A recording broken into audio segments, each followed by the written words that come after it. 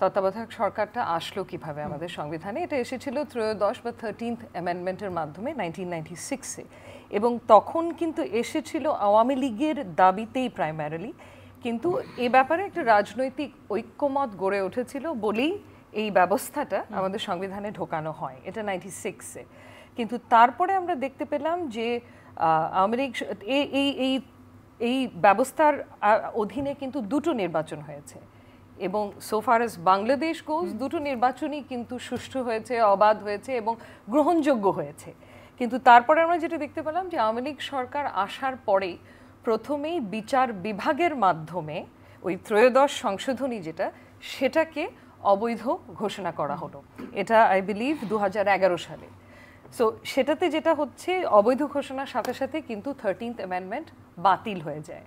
কিন্তু সেই রায়টা যে আপিল বিভাগ দিয়েছিল, সেখানে একটা কথা বলেছিল যে এরপরে বাকি দুটো ইলেকশন এই ব্যবস্থার অধীনে হতে পারে, মানে তত্ত্বাবধায়ক সরকার ব্যবস্থার অধীনে হতে পারে।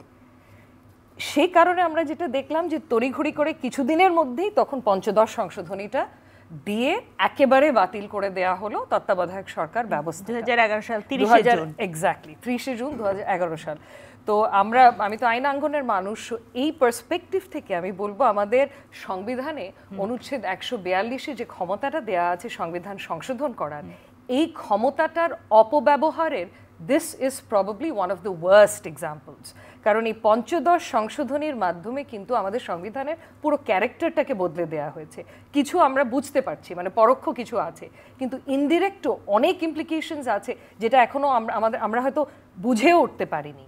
সো এই পঞ্চদশ সংশোধনীটা পুরোপুরি না হলেও বেশ কিছু দূর বাতিল হওয়াটা অত্যন্ত প্রয়োজনীয় ছিল। আমরা বুঝতে পারতেছি, যেগুলো বুঝতে পারছি তার মধ্যে তো তত্ত্বাবধায়ক সরকার ব্যবস্থা হচ্ছে একটা, যেটা পুরোপুরি আমাদের গণতন্ত্রকে অনেক ধাপ পিছিয়ে দিয়েছিল। কারণ আপনি দেখতে পাচ্ছেন যে দলীয় সরকারের অধীনে কি হতে পারে সেটা তো আমরা গত 15 বছর দেখেছি। 3টা ইলেকশন আমরা দেখেছি যেটা কারো চোখেই গ্রহণযোগ্য ছিল না, সেটা দেশে বলেন বিদেশে বলেন। সো এখন এটা একটা, আপনি যে বলছেন কি কি জিনিস বাতিল হয়েছে, কয়েকটা যে আমি পত্রপত্রিকায় এবং টিভিতে দেখলাম, তার মধ্যে একটা হচ্ছে তত্ত্বাবধায়ক সরকার ব্যবস্থা ফিরিয়ে আনা হয়েছে, এটা প্রথম। দ্বিতীয়ত হচ্ছে গিয়ে গণভোটের যে একটা বিধান ছিল আমাদের সংবিধানে অনুচ্ছেদ 142-এ, সেটাকে ফিরিয়ে আনা হয়েছে যে বিশেষ কিছু সাংবিধানিক সংশোধনের ক্ষেত্রে গণভোট প্রয়োজন হবে, যেটাও আমার মনে হয় একটা গণতন্ত্রের জন্য অত্যন্ত গুরুত্বপূর্ণ। কারণ গণতন্ত্রের অর্থই হচ্ছে আমাদের জনগণের অংশগ্রহণ এনশোর নিশ্চিত করতে হবে সাংবিধানিক সংশোধনের ক্ষেত্রেও। সো গণভোটের মাধ্যমে যেটা আগে করা হতো, সো সেটাকে রেস্টোর করা হয়েছে বিশেষ কিছু সাংবিধানিক সংশোধনের জন্য। তারপরে আরেকটা হচ্ছে 7B, এটা অত্যন্ত ইন্টারেস্টিং। সেটা হচ্ছে আর্টিকেল 7B যেটা আমাদের সংবিধানের, ওখানে কি বলা হয়েছে, ওখানে সংবিধানের বেশ কিছু জিনিসকে বলেছে যে এটা কখনো সংশোধন করা যাবে না। তার অর্থ, তার মধ্যে কিন্তু একটা পড়ছে যে জাতির পিতা হিসেবে কাকে স্বীকৃতি দেয়া হচ্ছে। শেখ মুজিব, ওনাকে জাতির পিতা হিসেবে স্বীকৃতি দেয়া হয়েছিল, এটা হচ্ছে আর্টিকেল 4-এর কতে, এটা পঞ্চদশ সংশোধনীর মাধ্যমে। তো এটাও ওই বিধানগুলোর মধ্যে পড়ে যাচ্ছে যেগুলো ধরা যাবে না কখনোই। তো এটা তো লিগালি দেখতে গেলে এটা সম্ভব নয়, কারণ কোনো পার্লামেন্টই তার সাকসেসর বা পরবর্তী পার্লামেন্টকে বাইন্ড করতে পারে না, যে সে কি করবে কি করবে না এটা ডিকটেট করতে পারে না।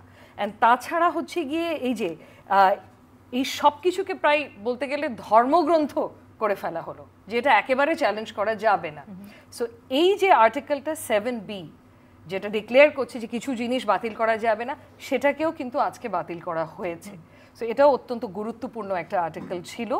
এবং বেশ কিছু জিনিস পার্লামেন্টের কাছে, পরবর্তী যে নির্বাচিত পার্লামেন্ট আসবে তাদের কাছে রেখে দেওয়া হয়েছে, যে সেই পার্লামেন্ট এসে সিদ্ধান্ত নেবে জনগণের অংশগ্রহণমূলক নির্বাচনের মাধ্যমেই তো আসবে পার্লামেন্ট, তারা সিদ্ধান্ত নেবে বাকি জিনিসগুলো যেটা পঞ্চদশ সংশোধনীতে ছিল। আপনি যেটা বললেন যে কিছু দূর বাতিল করা হয়েছে, তার মধ্যে এই কয়েকটা প্রভিশন আছে, বাকিগুলো হয়তো ধরা হয়নি।